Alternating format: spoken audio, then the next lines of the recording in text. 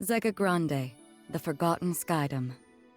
As I gazed into its perennial blue, I reflected on my last time here, during my travels with him. My memories of this place were distant, yet unforgettable. Have you been here before, Rosetta? Hmm? Perhaps I have. Who can say? Eventually, I'll share my tales of the captain's father and our journey together. When the time is ripe, of course. But first, I would need to sort through my own emotions. It was here in these skies that we would eventually part. I know. In the eyes of eternity, our time together lasted no longer than a blink. Yet his impact on me felt nothing short of eternal. Indeed, it wasn't nostalgia that I felt upon revisiting these skies. Rather, it was the significance of this place and all that transpired here that weighed heavily upon my heart.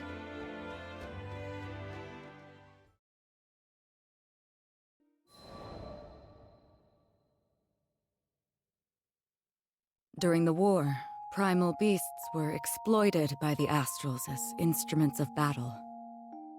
Withered and fated, one primal would eventually drift to Lumassier Archipelago, making a home for herself. Over time, she grew accustomed to the comforts of its forests and the serenity they offered. It was a far cry from the brutalities of war. Centuries would pass until a young man stumbled upon her domain, forever altering the course of her life. She engaged him in a vicious battle, but was ultimately humbled in defeat. Accepting her fate, she resigned herself to death. However, the man would sheath his blade and, to her surprise, asked if she would join him on a journey across the skies. A primal beast was supposedly no more than an astral weapon. Beings born to be controlled, manipulated, and ill-used since time immemorial. She had never entertained the idea of something more. In fact, she hardly had a name for herself. Well, she did have a moniker, but it was a meaningless one, whose sole purpose was to identify her as a weapon. Perhaps out of pity, perhaps out of kindness, the man bestowed upon her a new name. It was from that moment she would truly blossom. Rosetta. It was his gift to her, one she would treasure and love for eternity.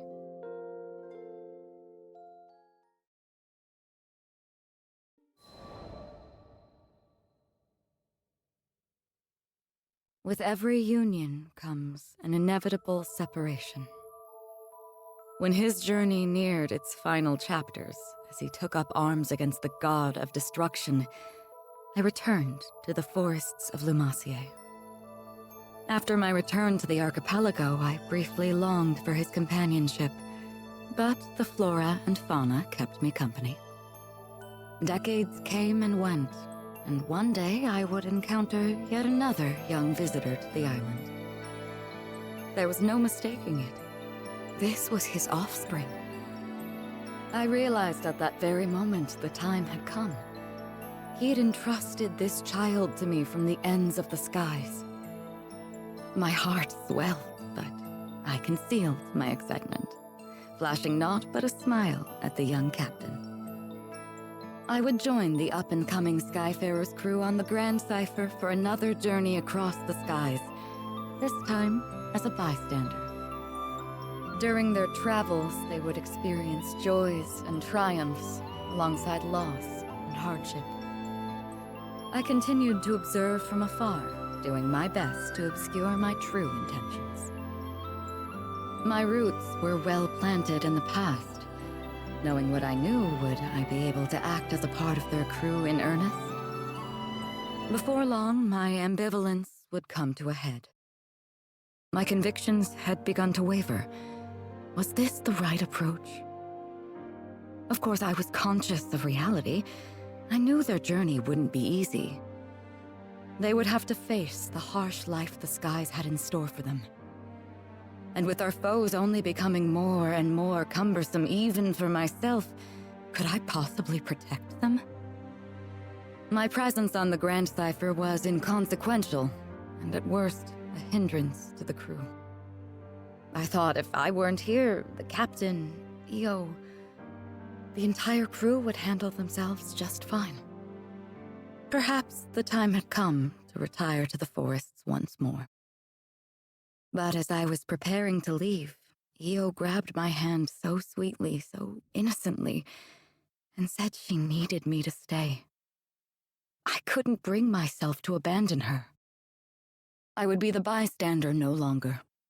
Everyone in the crew had a role to play, and I would be the exception no more. Finally, I found my purpose. I was free to experience the skies once again, hand in hand with the captain. It wasn't duty or obligation that anchored me to this crew. It was love. And I promised to always protect them. I would leave no regrets in the skies. Thus, our journey continued. Only this time I felt that I was a true member of the Grand Cypher.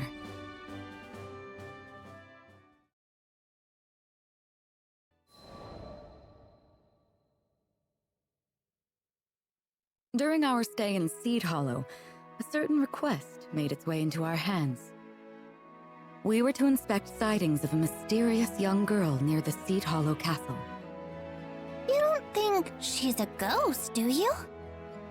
I put a hand on Lyria's shoulder to comfort her, and asked the client for more details.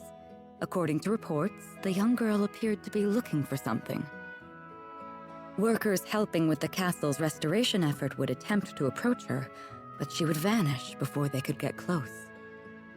Each sighting would spook another handful of builders, until there weren't enough hands to complete repairs. By all accounts, it seemed to be a ghost. Of course, I couldn't admit that to Lyria. It was not uncommon for spirits to take refuge in ancient ruins or castles, and play tricks on any unfortunate souls passing by. They were almost never malicious, even friendly sometimes. However, we couldn't take our chances. I just wished we had more information to work with. There was something familiar about this story. I just couldn't quite put my finger on it.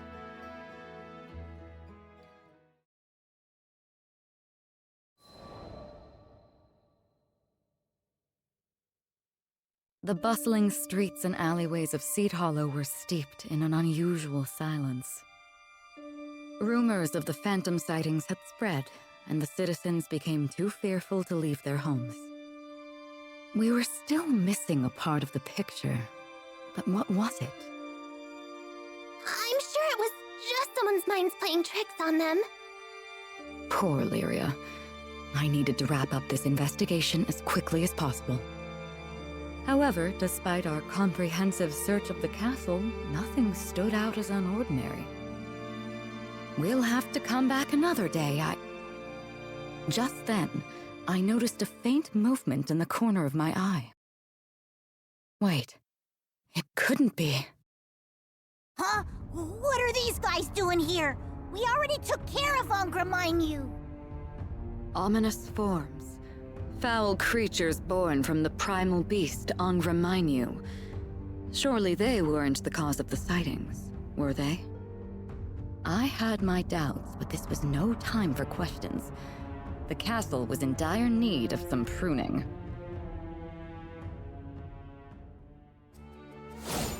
Such hostility. It seems we've no choice but to fight. You sure these are the folks we're looking for? Amazing as ever, Catalina! All in a day's work. Something about this place gives me the will. We'll uncover the truth soon, so hang in there, okay?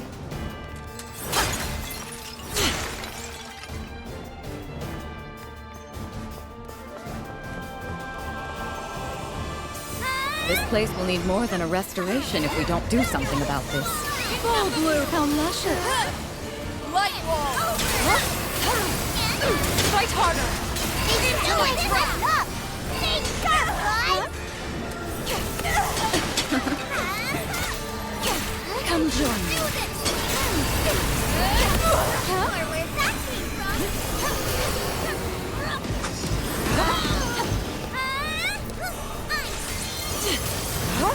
Looks like it's clear for now. Shall we?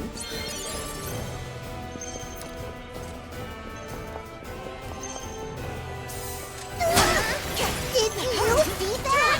Interesting. He supposedly disappears if you attempt to get close. But perhaps that wasn't the entire truth. Let's just focus on the power. Our job's not finished yet. Shall we?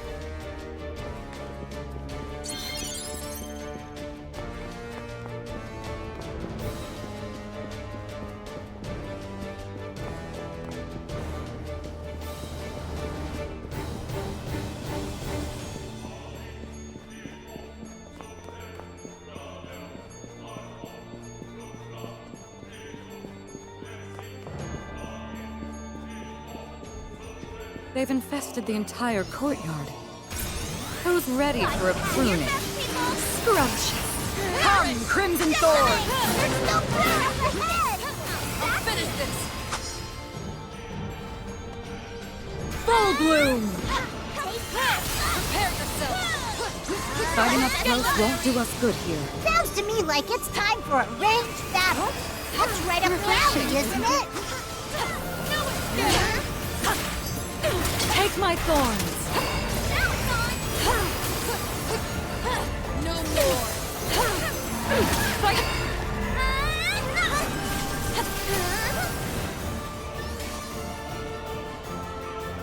Come, Crimson Thorns!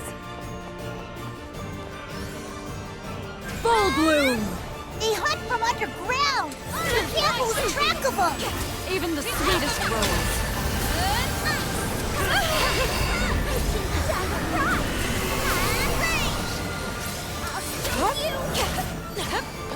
Shall we conclude? More? There's such a thing as being too popular, you know?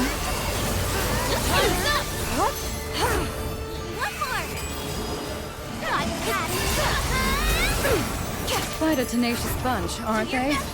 Question is, where are they coming from? What? Did you miss me? Full Bloom!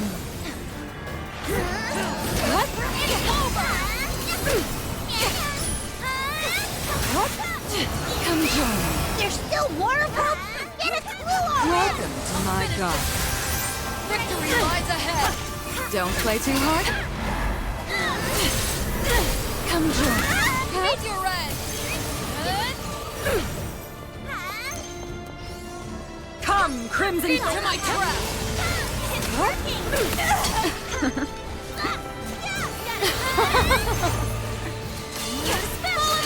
Reflection.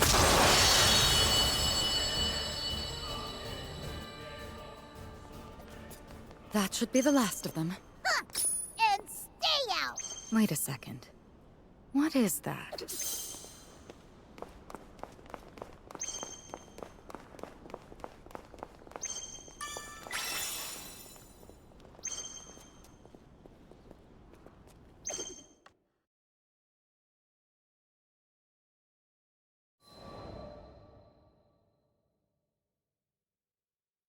What's this? A crystal fragment. I took a closer look. Within its faded luster was a familiar green aura. But where had I seen it before? Hold up a second! Doesn't that remind you of those hallowed ground spots? Vern was right. Its glow was nearly identical to the crystals found on hallowed grounds. Their unique aura kept monsters at bay, providing travelers with safe haven. Did this shard come from one? It's faint, but Excavalian's aura. I can feel it coming from inside. That couldn't be. I focused on the crystal splinter in hand, and indeed, there was the presence of a familiar primal. Excavalian was the primal beast of Dolly Island, much farther than a stone's throw from here. So why were we able to feel its presence all the way in Seed Hollow? It's not the only one. I think I can feel another primal beast here too. Another primal? How could that be possible? A phantom girl, Excavalion, ominous forms, and now another primal beast. None of it made any sense. As we unraveled more of the castle's secrets, it became clear that we had barely scratched the surface of its walls.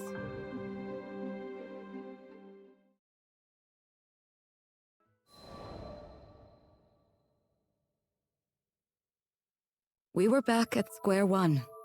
In hopes of finding some new leads, we split up and interviewed every Seed Hollow local we could find. Despite our efforts, we found little new information. Zothba and his connections, on the other hand, proved invaluable once more as they unearthed a new clue. The girl wore a crown of flowers.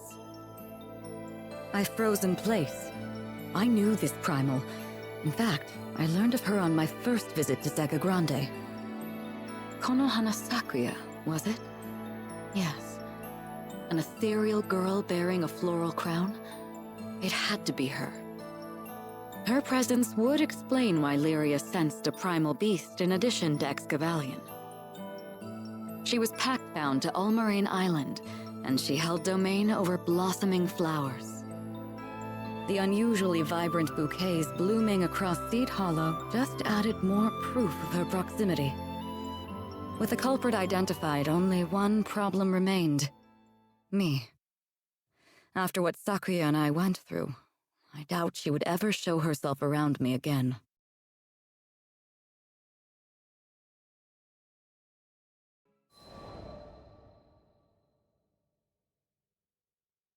Before I could share this revelation, there was something else I needed to discuss with the crew. Not about Konohana Sakuya, but my time spent with the captain's father. His crew was on a journey to collect Astrum fragments. These fragments were said to have fallen straight from the astral realm and contained the power of the primal beasts themselves. Using the fragments, the captain's father could separate astral power embedded within primal beasts and return them to their original forms. That was the purpose of his journey. His was a mission of liberation, to free so-called deities and legends who were tethered to the sky realm. Once free from the shackles of their corporeal forms, they could fade back into the nebulous ideas and faiths that had given them structure in the first place. Of course, it would be up to the primal beasts themselves to make this decision. Some had grown quite fond of living in the sky realm. However, there were countless others who were born into the skies, cursed to fight for eternity. These were the ones who longed for a return to the immaterial. At the lowest point in my existence, when I felt I had no purpose in these skies, I'm sure I felt the same. Regardless, some were quick to brand us a ruthless crew of primal hunters. And surely Konohana Sakuya had heard the rumors. But the question remained, why had she decided to reveal herself to me now?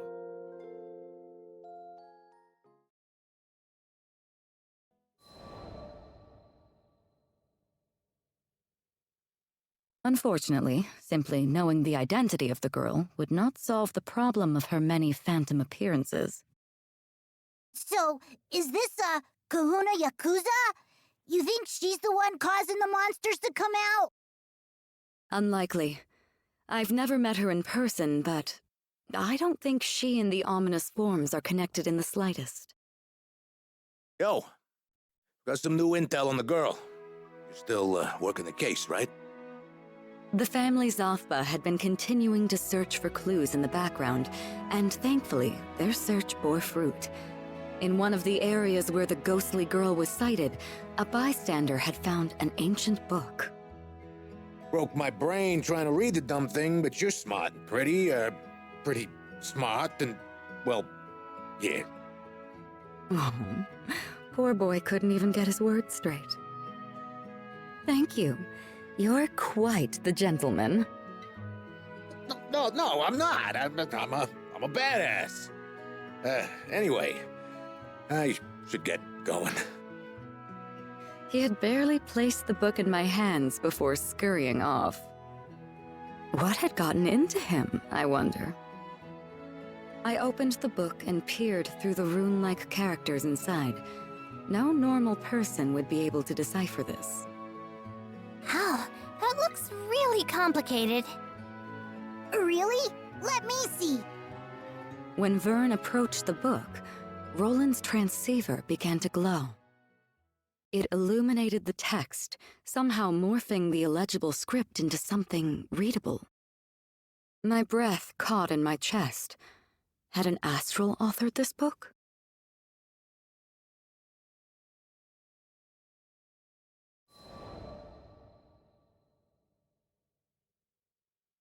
The text seemed to be a log from an experiment of sorts.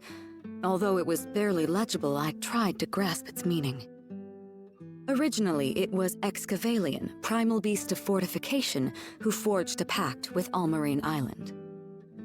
Although it's unclear why, Excavalion would eventually migrate to Dali, leaving Konohana Sakuya to take its place on Almarine. That was all I could make out of the texts. With this new information, I needed to re-examine the facts. First, the stage. Almarine Island, home to Seed Hollow and its citizens, once protected by Excavalion. Next, a curious switch. Konohana Sakuya takes its place as the island's pact-bound primal. Now, our present mysteries. A crystal shard replete with Excavallion's aura.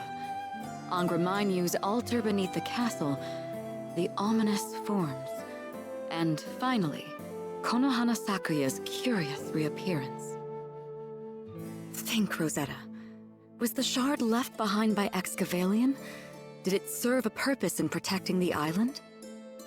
It was possible that Avia's invasion of Seed Hollow destroyed this mechanism, causing the primal to reveal herself in defense.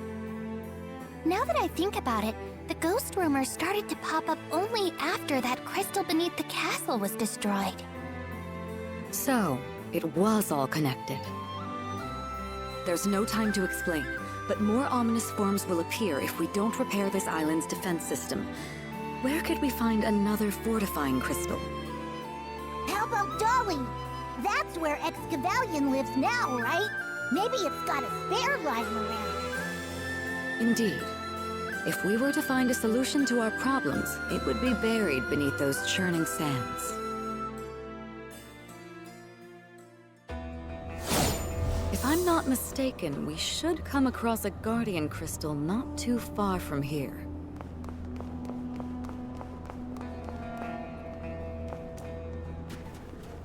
Let's take a look around those hills. Do you remember where we fought that griffin?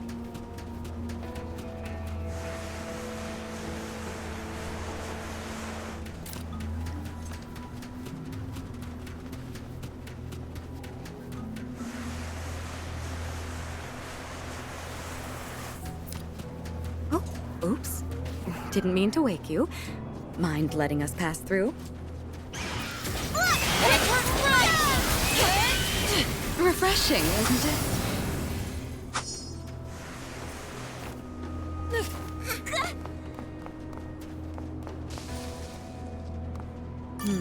Not quite the crystal we're looking for.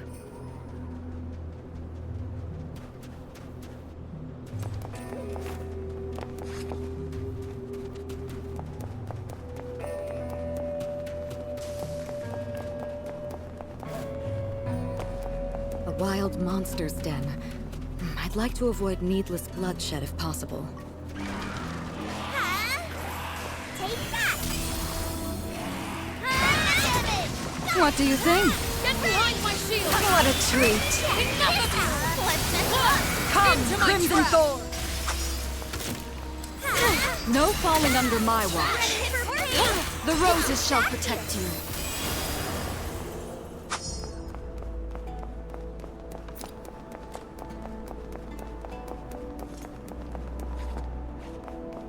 Duh, that ain't it.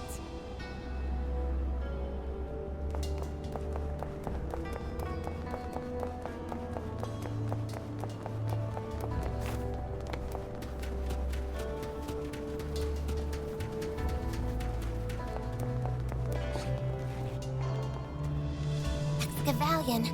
It's faint, but I can feel it. Did we find it?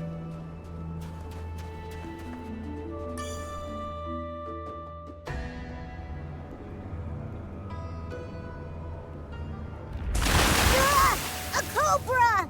It must have been waiting. What do you think? It seems words won't work here. Get ready, everyone. You tell them, Io. Come, Crimson! Follow me! Cut them down! We better stay focused. But of course, don't let it strike you with venom. Okay? No falling under my... Fire! Full bloom! Time's up! Huh? Careful. On my mark. If you On support.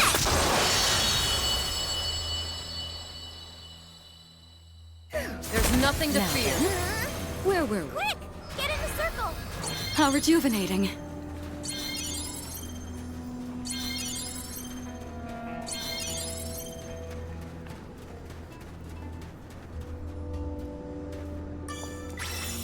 Wow, we did it!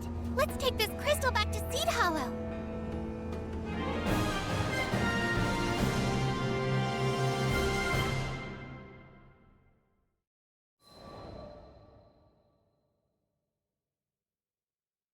Shortly after securing a crystal from Dolly, we returned to Seed Hollow Castle. We installed the new crystal beneath the castle, causing a pale green light to illuminate the area. It was the familiar aura of hallowed ground, sure to repel any lingering ominous forms. It's too bad we couldn't meet her. Konohana Sakuya.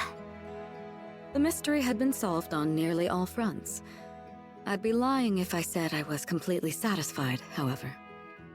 After all was said and done, I still didn't get the opportunity to clear the air with her.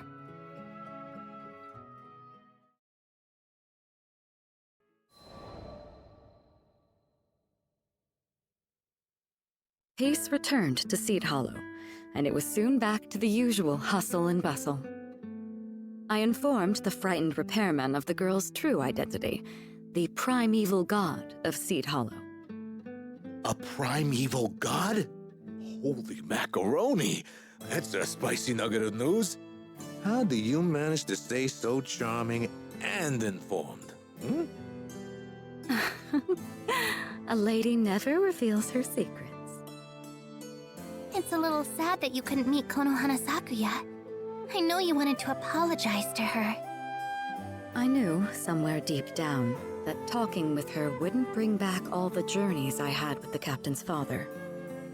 However, seeing all the blooming flowers across the city, it almost felt as if she was acknowledging me anyway. I may well have imagined it, but call it something of a mutual understanding between distant sisters.